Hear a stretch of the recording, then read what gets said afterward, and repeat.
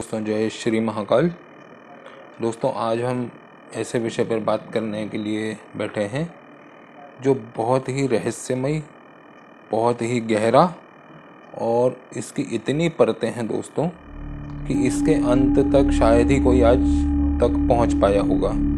दोस्तों, ये है तंत्र। आप में से बहुत सारे लोगों ने इसका नाम सुने होंगे, बहुत सारे लोगों ने इसका परिचय पाए होंगे, बहुत सारे लोगों ने इसका प्रैक्टिकल अनुभव भी करे होंगे। दोस्तों, तंत्र एक ऐसा गूढ़ विषय है जिसके बारे में जितनी बात की जाए उतनी कम होता है। इसकी इतनी परतें हैं, इतने दरवाजे हैं दोस्तों। एक दरवाज़ा खोलेंगे, दूसरा खोलेंगे, तीसरा, ऐसे अनंत दरवाजे हैं दोस्तों। आज तक ऐसा कोई बिरला ही व्यक्ति होगा जो इसके अंत तक पहुंच पाया होगा। नहीं तो तंत्र के बारे में जितना जाना जाए, जितनी बातें की जाए, जितना कहा जाए उतना कम है। तो दोस्तों, आज इसी तंत्र के बारे में हम कुछ चर्चा करते हैं थोड़ी सी। मैं आपको कुछ थोड़ा सा बताऊंगा तंत्र के संबंध में कि तंत्र क्या होता है, कैसे होता है और इसमें क्या करना चाहिए। दोस्तों, नाम से ही आप जान सकते हैं तंत्र ये जुड़ा हुआ होता है सीधे सीधे आपके तन से। अपने तन को साध कर ऊपर वाले परमात्मा के निकट जाने की क्रिया तंत्र कहलाती है। दोस्तों, तंत्र का जो उद्भव हुआ था वो हुआ था भगवान शिव के द्वारा। सर्वप्रथम भगवान शिव ने माता पार्वती को तंत्र के कुछ गूढ़ रहस्यों के बारे में बताया था, तंत्र की कुछ विधियों के बारे में बताया था, उनकी क्रियाओं के बारे में माँ पार्वती को शिव जी के द्वारा बताया गया था। तो ये कहा जाता है और ये माना जाता है कि तंत्र का जो उद्भव है वो भगवान शिव के द्वारा किया गया है। दोस्तों, तंत्र किसी भी तरीके से किया जाए, किसी भी रूप में किया जाए, उसके मूल में सदा भगवान शिव ही होते हैं, क्योंकि तंत्र का उद्भव, तंत्र उनके मुख से निकली हुई वाणी है और उन्होंने ही तंत्र को सारी दुनिया में फैलाने का काम दूसरे अन्य देवी देवताओं के द्वारा करवाया है। दोस्तों, मुख्यतः तंत्र में 3 तरीके के क्रियाएं होती हैं। ये 3 तरीके का मार्ग तंत्र में अपनाया जाता है। दोस्तों, पहला होता है शैव तंत्र, दूसरा होता है शाक्त तंत्र, तीसरा होता है विष्णु तंत्र या वैष्णव तंत्र।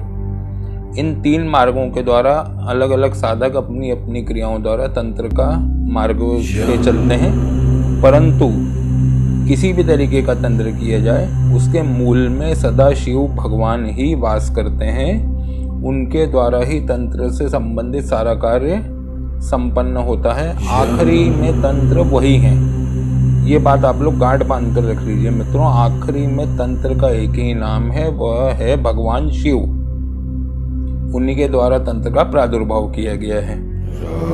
दोस्तों, अब आप जानिए कि तंत्र से अच्छे और बुरे दोनों कार्य किए जा सकते हैं। तंत्र का जो उद्भव हुआ था, तंत्र का जो बनाया गया था भगवान के द्वारा, वो बनाया गया था लोगों की भलाई के लिए, अपने आप को परमात्मा के नज़दीक ले जाने के लिए, उनसे संपर्क स्थापित करने के लिए।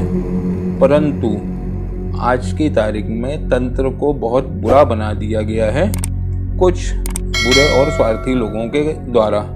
लोगों ने इसे धन कमाने का जरिया बना लिया है। लोगों ने इसे दूसरों को नीचा दिखाने का, दूसरों को कष्ट देने का जरिया बना लिया है। दोस्तों, ये चीज़ें हर काल में, हर युग में चलती आई हैं। इसे रोका नहीं जा सकता है। दोस्तों, आप लोगों ने धार्मिक ग्रंथों में भी पढ़े होंगे, पुराने ज़माने में भी असुर होते थे, वो भी तंत्र का प्रयोग करते थे। देव होते थे, वो भी तंत्र का प्रयोग करते थे। तो अच्छे और बुरे लोग हर कालखंड में आप लोगों को हमेशा मिलेंगे। तो खैर, इसको ना देखते हुए हम तंत्र के बारे में बात करते हैं। दोस्तों, सबसे पहले आप जानिए 2 तरीके की पूजाएं होती हैं। एक तो वैदिक पूजा होती है, जिसमें वैदिक मंत्रों का प्रयोग किया जाता है। दूसरे तंत्र के द्वारा जो पूजा होती है उसमें तांत्रिक मंत्रों का प्रयोग किया जाता है। अब वैदिक मंत्र क्या होते हैं? वैदिक मंत्र से जब हम दोस्तों कोई पूजा करते हैं तो उसमें हम ऊपर वाले की, परमात्मा की प्रार्थना करते हैं और उनसे निवेदन करते हैं कि हे प्रभु, हे माता, जिस भी देवी देवता की आप पूजा कर रहे हैं उनसे आप निवेदन करते हैं कि आप कृपया हमारी समस्या दूर करें। हम उनसे याचना करते हैं, करते रहते हैं, बार बार याचना करते हैं। तो दोस्तों इसमें होता यह है कि आप याचना कर रहे हैं, जब तक आप याचना करते बहुत लंबे समय तक करते हुए एक निश्चित संख्या, एक निश्चित समय पर नहीं पहुंचेंगे, वो आपकी याचना नहीं सुनते हैं। ठीक है, उसका एक अपना निश्चित समय होता है कि उस समय पर उन्होंने, सुनते जरूर हैं लेकिन उस निश्चित समय पर ही सुनेंगे वो। तांत्रोक्त मंत्रों से क्या होता है, जब आप तंत्र के द्वारा पूजा करते हैं और तांत्रोक्त आप मंत्र पढ़ते हैं, उस मंत्र में उस देवी या देवता को मजबूर किया जाता है, उनसे हक से उनसे ये कहा जाता है कि मैं ये कर रहा हूँ, आपको मुझे इसका परिणाम देना ही पड़ेगा, चाहे आप चाहो या ना चाहो। अब जैसे मान लीजिए आप माता लक्ष्मी की आप तांत्रिक मंत्र से या तांत्रिक हवन कर रहे हैं, तांत्रिक रूप से उनकी पूजा कर रहे हैं, तांत्रिक मंत्र पढ़ते हुए, ठीक है, तो उसमें माता लक्ष्मी से आप याचना नहीं करते हैं, उसमें आप माता लक्ष्मी पर जोर डाला जाता है कि मैं आपका इन मंत्रों से हवन कर रहा हूँ, मैं आपका इन मंत्रों से पूजा कर रहा हूँ, आपको मुझे इसका परिणाम देना ही पड़ेगा। तो ये एक बेसिक फर्क होता है दोस्तों तांत्रोक्त मंत्र में और वैदिक मंत्र में। वैदिक मंत्र में याचना की जाती है और तांत्रोक्त मंत्र में उस देवी देवता को मजबूर किया जाता है कि आप हमें ये दीजिए, आपको हमें देना ही पड़ेगा। दोस्तों आप पुराना कालखंड याद कीजिए, असुर भी पूजा करते थे भगवान देवी देवताओं की। अब जैसे मैं शिव जी की बात करूं, उनकी पूजा देवता भी करते थे और उनकी पूजा असुर भी करते थे। अब मैं आपसे असुर का नाम लूं तो एक साक्षात उदाहरण हमारे सामने है, रावण का नाम आप सबने सुना होगा। दोस्तों रावण चतुर्वेदी था, उसे सारे मंत्र आते थे, वैदिक भी और तांत्रिक भी। तांत्रोक्त मंत्रों से वो पूजा करके भगवान से उनसे आशीर्वाद लेने के लिए उन्हें बाध्य कर देता था कि भगवान मैं आपकी पूजा कर रहा हूँ, वो आशीर्वाद देंगे ही देंगे। तो दोस्तों जो देवी देवता भगवान होते हैं वो भी अपने कर्म के बंधन से बंधे हुए होते हैं। एक निश्चित संख्या, एक निश्चित समय, एक निश्चित विधि से करी हुई पूजा उन्हें स्वीकार करना ही पड़ता है।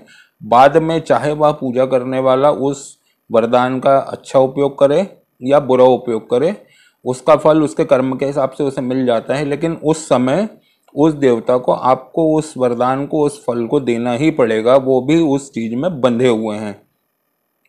तो सीधा सीधा फर्क मैंने आपको समझा दिया तांत्रिक मंत्र और वैदिक मंत्र का। अब दोस्तों एक छोटी सी चीज जानते हैं तंत्र के बारे में, तंत्र की कुछ क्रियाओं के बारे में। दोस्तों तंत्र में एक चीज होती है षट कर्म। लगभग आज की तारीख में सारा तंत्र इन्हीं षट कर्मों के अगल बगल इर्द गिर्द घूम रहा है। आधे से ज़्यादा जो दुनिया के लोग हैं वो इन्हीं षट कर्मों को करने या करवाने के लिए उन तांत्रिकों, उन बाबाओं से मिलते हैं जिनमें उनका अपना स्वार्थ छिपा हुआ होता है। तो दोस्तों ये षट कर्मों के बारे में हम जानते हैं। षट कर्मों में पहला आता है दोस्तों शांति कर्म। अब शांति कर्म में क्या होता है कि तंत्र में जो शांति कर्म बनाया गया था वो इसलिए बनाया गया था कि स्वयं की शांति के लिए, रोगों से मुक्ति के लिए, ताकि कोई रोग ना पड़े, आसपास हमारे होने वाली घटनाओं से हमारी सुरक्षा के लिए, ठीक है, ताकि आपका जीवन शांतिपूर्ण ढंग से चल सके। इस कर्म को जब हम करते हैं तो यह शांति कर्म कहलाता है। तंत्र से इसको करने के बाद मनुष्य के जीवन में शांति का वास होता है, उसे मानसिक शांति मिलती है, उसे कभी अवसाद नहीं घेरता है। दोस्तों अवसाद यानी आप समझिए बंदा डिप्रेशन में नहीं जाता है, उसका आत्मबल बढ़ जाता है इस कर्म को करने से। तो ये कहलाता है शांति कर्म। इसके बाद जो दूसरा कर्म होता है दोस्तों तंत्र में, वह होता है मोहन कर्म। ठीक है, अब मोहन कर्म को आप जान लीजिए। मोहन कर्म को आज की तारीख में कहा जाता है वशीकरण। ठीक है, ये दोस्तों बनाया गया था अपने राजा को, राजा करवाता था अपनी अधीन काम करने वालों के लिए, अपनी प्रजा के लिए, अपने माता पिता के लिए, एक परिवार में एक दूसरे से सदस्य के लिए, पति पत्नी के लिए, आपस में परिवार में एक दूसरे के सदस्यों को वशीकरण किया जाता था ताकि सारा जीवन सुखमय बीते, एक दूसरे से प्रेम पूर्वक व्यवहार करें। लेकिन आज की तारीख में दोस्तों उस वशीकरण का मतलब सारा का सारा पलट दिया गया है। आज की तारीख में कोई स्त्री दूसरे पुरुष के लिए, कोई पुरुष दूसरी स्त्री के लिए, इस तरह के वशीकरण करवाने की कोशिश में रहता है कि जिससे उनकी जो भी इच्छा हो वो उनकी पूरी हो सके, जो मेरे ख्याल से गलत हो रहा है दोस्तों। लेकिन वशीकरण का ये मतलब होता है। तीसरा कर्म जो होता है दोस्तों वो होता है स्तंभन, कहा जाता है उसे। स्तंभन का मतलब ये होता है कि किसी व्यक्ति या किसी जानवर, मानव, किसी के भी क्रियाकलापों को जहाँ के तहाँ रोक देना। कोई कुछ काम कर रहा है तो वो उसके दिमाग से वो काम निकल जाएगा, वो बंदा स्तंभित हो जाएगा, वहीं के वहीं रुक जाएगा उस काम में, वह उससे आगे नहीं बढ़ पाएगा। आज की तारीख में दोस्तों इस क्रिया का भी बहुत ज़्यादा गलत फ़ायदा उठाया जा रहा है तांत्रिकों के द्वारा, लोगों के द्वारा। किसी से किसी की दुश्मनी होती है, को किसी से जलन होती है, तो स्तंभन का कार्य कर दिया जाता है ताकि उस व्यक्ति का दिमाग काम करना बंद कर दे। चौथा जो कर्म आता है दोस्तों वो होता है उच्चाटन। उच्चाटन का ये मतलब होता है कि किसी व्यक्ति को किसी एक जगह से दूसरी जगह पे स्थानांतरित कर देना, मतलब उस जगह से उस व्यक्ति को छुड़वा देना और छोड़ के उसको दूसरी जगह पे भिजवा देना, यह होता है उच्चाटन। जैसे मान लीजिए उदाहरण के रूप में दोस्तों, दो दोस्त हैं, किसी तीसरे को उन दोनों की दोस्ती नहीं देखी जा रही है या उसका कार्य नहीं देखा जा रहा है, वहाँ उनसे ईर्ष्या करने लगा है, तो उस पर उच्चाटन की क्रिया कर दी जाती है ताकि वो उस स्थान को हमेशा के लिए छोड़ दे और छोड़ के दूर चला जाए। दोस्तों ये होता है उच्चाटन। पांचवा कर्म आता है दोस्तों विद्वेषण का।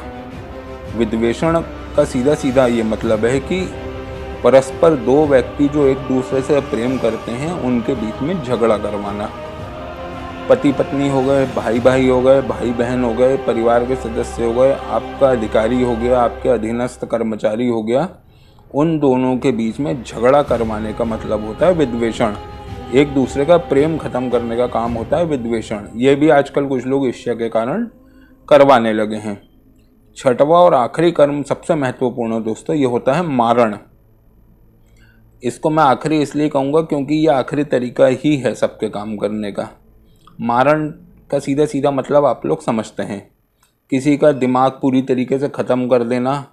मारण का जो वास्तविक अर्थ था तांत्रिक तंत्र में दोस्तों वो ये था कि किसी को उसकी चीज़ से भटका देना, उसके दिमाग को ख़त्म कर देना, उसकी बुराइयों को ख़त्म कर देना। लेकिन आज की तारीख में इसे पूरी तरीके से बदल दिया गया है। अब इस मारण का कार्य लोगों को जान से मारने तक की सीमा पर आ गया है, तो ये होता है मारण कर्म। तो दोस्तों ये होते हैं तंत्र के षट कर्म। इन षट कर्मों के द्वारा विभिन्न तरीके के कार्य किए जाते हैं और करवाए जाते हैं आज की डेट में। तो दोस्तों वैसे तो तंत्र की कोई सीमा नहीं है, बहुत सारी चीज़ें तंत्र से जुड़ी हुई हैं। स्वयं की साधना करना, ऊपर वाले की साधना करना, स्वयं के शरीर को साधना, तंत्र का मुख्य कार्य ये होता है। दोस्तों कुंडली जागरण जो होता है वो भी तंत्र का ही एक विषय है। तंत्र के ऐसे बहुत सारे विषय हैं जिनके बारे में कुछ लोगों को पता है, कुछ लोगों को नहीं भी पता है। तो आज मैंने यही आपको बताने का प्रयास किया, एक छोटी सी चीज़ दोस्तों तंत्र के बारे में। सब कुछ किया जा सकता है दोस्तों तंत्र के द्वारा, कुछ भी असंभव नहीं है तंत्र में। हमारे तंत्रोक्त मंत्रों में इतनी शक्ति है कि कुछ भी चीज़ असंभव नहीं है उसके लिए। तो कैसी लगी दोस्तों आप लोगों को ये जानकारी, ज़रूर बताइएगा। वीडियो कैसा लगा, पसंद आए तो लाइक कीजिएगा, शेयर कीजिएगा। अगले वीडियो में तंत्र की क्रियाओं से संबंधित और भी कुछ बातें करेंगे हम। इस वीडियो में जितना बताना संभव था मैंने आपको बता दिया। अब मिलते हैं अगले किसी वीडियो में। पसंद आए तो लाइक और शेयर कीजिए दोस्तों। जय श्री महाकाल, जय।